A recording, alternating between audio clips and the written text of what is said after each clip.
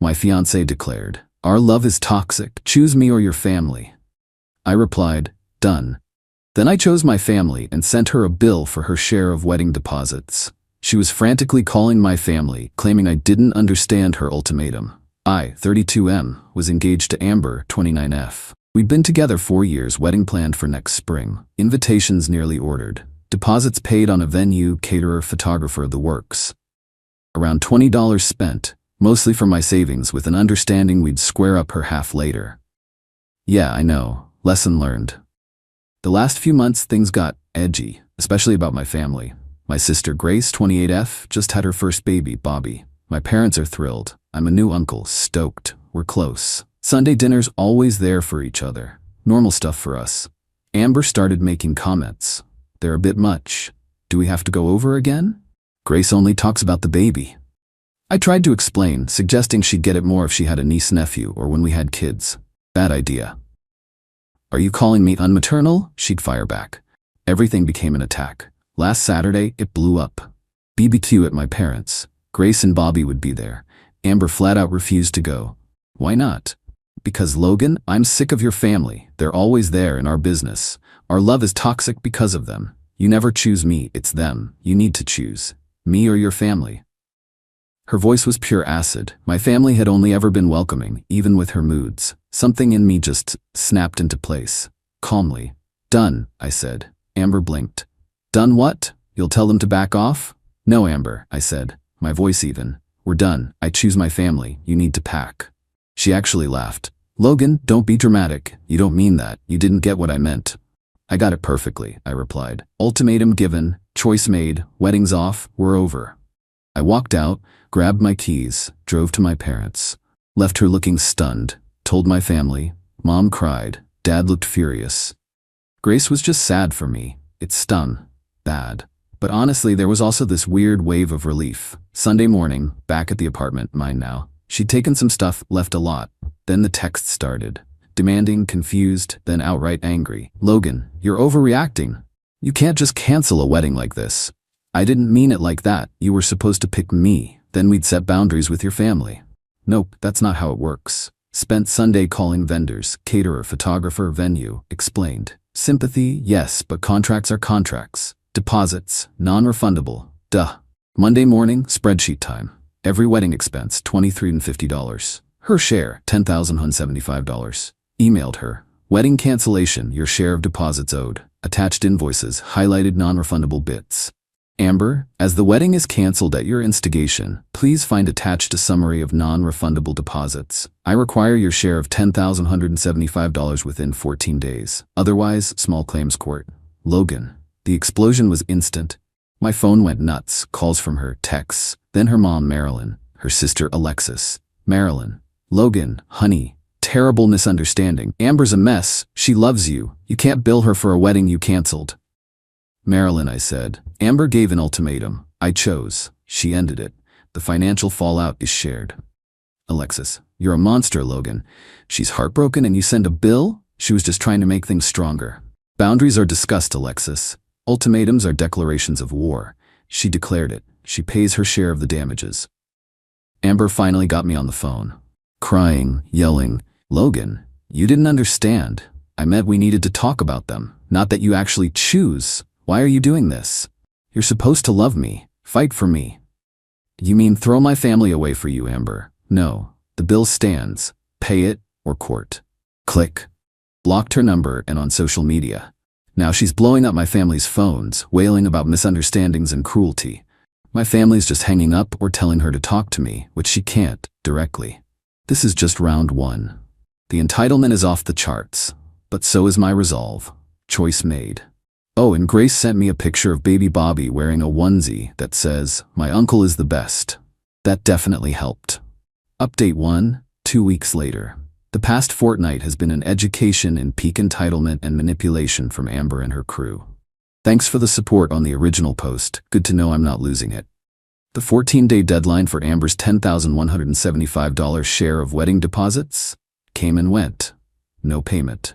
Shocker. Instead, I got the Amber Entitlement Power Hour, featuring the failed love bomb. Since she was blocked on my phone, she switched to email. Long, rambling manifestos about her mistake, how wedding stress made her say toxic, I did most of the planning, B2, and how she realizes now family is important, but we needed to be the priority. She'd even consider apologizing to my family if I dropped the ridiculous bill. That's not an apology, honey. Deleted. The flying monkeys. Her mom, Marilyn, and sister Alexis went full attack mode. Daily calls to my parents. Mom was too polite initially, Dad just started hanging up. Grace got vile DMs from Alexis on Insta, blocked. Alexis even tried ambushing Dad at his golf club. He gave her the silent treatment. Club security had a word. Classy. The mutual friends, gaslight attempt. A few mutuals reached out, clearly fed Amber's sob story. One, Randy, was clearly given an edited version. Dude, Amber's a wreck. Said you just flipped out and canceled everything over nothing. Now you're trying to bankrupt her. I laid out the ultimatum, verbatim. Randy went quiet. Oh, she, skipped that part. You think? The Insta-Victim Tour. Amber's public Instagram became a shrine to her heartbreak and betrayal. Vague, sad-face selfies. Alexis, naturally, was in comments naming me and throwing around terms like abusive narcissist. Screenshot saved. My response? Continued radio silence with Amber and her immediate family. Truth for friends who asked. And the day after the payment deadline, I filed in small claims court. Served her the papers via registered mail to her parents' address, where she's apparently holed up. Filing fees added to the total owed, of course. Then there was her stuff. She'd left a mountain of it. Clothes, shoes, those awful decorative llamas she loved. Her emails, once love bombing failed, became demands. Pack it all, deliver it, or let her come over for a few days to sort it. My one-line email reply, Amber, your belongings will be boxed by my doorstep on Saturday at 2 p.m. You have 30 minutes to collect. Uncollected items will be donated Monday. This is the only available time. Logan.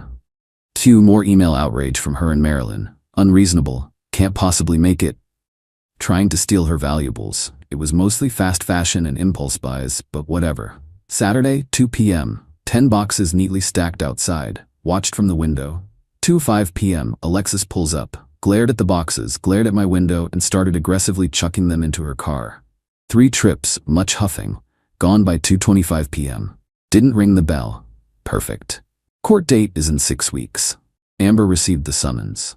About 3 hours after Alexis picked up the boxes, I got a call from an unknown number. It was Marilyn, predictably hysterical and shrieking about court papers and how I was ruining Amber's future. I simply stated, "The matter is now for the courts, Marilyn," and ended the call. Added that number to my block list too. Apparently, accountability equals ruining her future. The audacity is breathtaking. My family's been great. Mom joked we can upgrade our coffee now. It's the little things. I'm actually good. Annoyed but clear-headed. This isn't revenge. It's about facing the music. She wrote the song. I'm just making her listen to the playback. Grace sent another cute pic of Bobby. That kid really has good timing. Update 2. 6 weeks later, court day and the aftermath. This is it, the grand finale. Or at least the final update I plan to write on this saga. It's been a trip. The road to court. The 6 weeks leading to the hearing were more. Just more of everything. Harassment level up. Amber, Marilyn, and Alexis decided that escalating was the key to making me fold. My work email, how F did they even get that, started getting hit with Amber's emo rants. You're destroying me, I'll never recover. Filtered straight to a documentation folder, unread. Marilyn CC'd HR on an email painting me as unstable and vindictive, and a financial predator. My boss, Leslie, is a legend. I'd given her the short version. She saw the email, rolled her eyes, and told HR it was a personal vendetta, baseless. Died there, but damn, low blow. The lowball negotiation. A week before court, a letter from a lawyer. Definitely not a top-tier firm, more like a 1-800-BAD-LEGAL vibe. Amber was willing to offer $2,000 as a gesture of goodwill, citing her emotional distress and limited means. Oh, and it demanded I publicly apologize for her trauma. I actually snorted. My lawyer, brief consult for correct wording, sent back. Amount owed, $10,175 plus $155. Filing fees equals $10,325. Based on documented, shared liabilities. No apology. See you in court. The 11th hour plea with a side of entitlement. A few days before court, Mom gets a call from Amber's aunt, Lori. Amber equals verge of breakdown. Can't eat, sleep, terrified of court. Lori begs Mom to make Logan see sense. Mom, bless her cotton socks. Amber made her bed. He's asking for what's fair. She should have thought of that. Lori also mentioned Amber had been talking excitedly to cousins about a much-needed relaxing spa weekend. She was planning to de-stress after all this. She didn't have concrete proof, but the timing was suspicious. It planted a seed. D-Day in court. Suited up, calm, folder of evidence ready. Printouts, ultimatum text, itemized bill invoices, non-refundable clauses, proof of service, Alexis's charming social media stylings. Based on Lori's tip, I also did a quick online search and found the public website for a popular local spa, noting their prices for typical weekend packages. Amber arrived with Marilyn. Amber looked like death warmed over. Marilyn looked ready for war. Our case called. Judge, no nonsense, older woman. I stated my claim simply. Engagement, deposits, ultimatum, choice, cancellation, her share owed. Presented the bill and key invoices. Amber's turn. Few waterworks. Huge misunderstanding. Never meant for him to actually choose. Just needed boundaries. I overreacted. I unilaterally canceled. She shouldn't pay because I called the vendors. Marilyn tried to heckle from the gallery. He's bullying her. Judge gave her a death stare. Ma'am, speak again. You wait outside. Marilyn fumed silently. Judge to Amber. Miss Amber's last name. Did you give Mr. Both an ultimatum? Me or your family? Amber hesitated, glanced at Marilyn, mumbled, yes, but I didn't think. Judge. Yes or no, Miss Name? Amber softly. Yes. Deposits for a wedding you both intended. Yes, but. Clauses non-refundable. Glanced at my docs. Amber looked lost. Her cut-rate lawyer, not present, clearly hadn't prepped her. I presented the email with the bill, showing it was for her share. Judge to Amber, when one party issues an ultimatum directly causing an engagement's dissolution, they typically bear responsibility for shared financial losses. Your ultimatum caused this. You're liable. Then the pièce de résistance. Judge asked Amber about her financial situation, as Amber had claimed limited means in her lawyer's letter. Amber whined about her modest salary. Calmly, I asked the judge if I could address the claim of limited means based on recent information regarding discretionary spending plans. The judge nodded. I mentioned the information about a planned spa weekend from her Aunt Lori and presented the spa's typical package pricing from their public website, suggesting such an expense seemed at odds with a claim of severe financial distress. This information about her plans for a luxury spa weekend, Your Honor, came to light just a few days ago. Amber went white. Marilyn audibly gasped. Lori's tip had paid off. The judge just arched an eyebrow. She didn't even comment on it, but the point was made. Judgment, for me. Full amount, $10,325. Amber had 30 days to pay. Otherwise, wage garnishment, bank levies, the works. The fallout. Amber full-on sobbed. Marilyn went crimson, muttering about appeals. Good luck with that from small claims on no grounds. I grabbed my papers, thank you, Your Honor, and walked. Didn't look back. Hallway. Marilyn accosted me. You rotten man, she hissed. You'll regret this. We'll appeal. Marilyn, I said, tired but firm. It's done. Judge ruled. Tell Amber to pay. This was all her. Walked away. The revenge wasn't just the money, though $10 is $10. It was public truth. Amber forced to admit the ultimatum in court. No more. He misunderstood. It's on record. Entitlement demolished. The look on her face when the judge, a neutral authority, laid down the law. Years of enablers, looking at you, Marilyn, meant nothing against cold hard facts. The spa plan implication, highlighting her potential discretionary spending against her claims of poverty. Delicious. What now? Will she pay in 30 days? 50-50. If not, garnishment it is. Hassle, but it's principle now. Her supporters? Crickets. Hard to spin. Amber lost in court, admitted ultimatum, and might be prioritizing spa days over debts. The best revenge? Sticking to facts, letting their actions create their consequences.